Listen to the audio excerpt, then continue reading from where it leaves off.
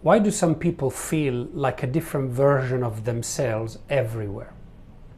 This week we discuss the role of adaptation.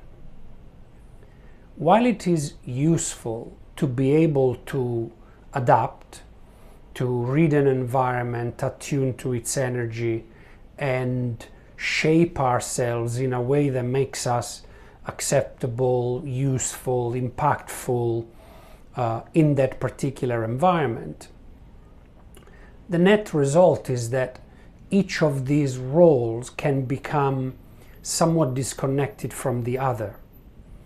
And we become so adept to entering the roles automatically depending on which environment we are occupying that at times, in my experience, most often when we are alone and have time to reflect on our own essence,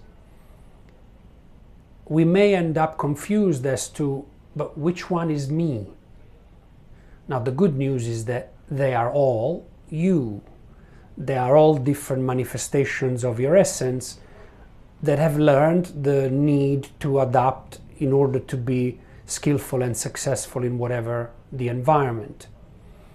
The problem very often with the high-functioning individual is that it's so automatic and it's so proficient that the identity feels completely real when we are in that environment.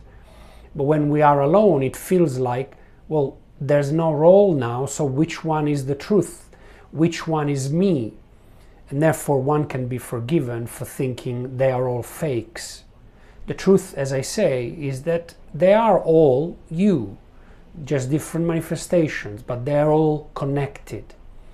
And the way to reintegrate them and to understand and accept that they all have a role to play and they're all in line with who we are most times, is to have them speak with each other. And I don't mean it literally, even though there are some exercises that we can do that literally have characters on stage speaking with each other.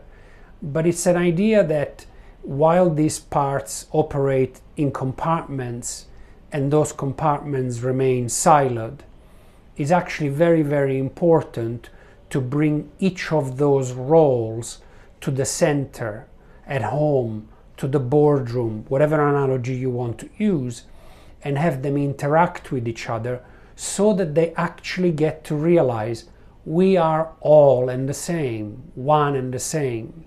We're just operating in accordance with what we believe is the best strategy in each environment, which sometimes is so different from one another that it literally feels like we are different people with different personalities, but we are not.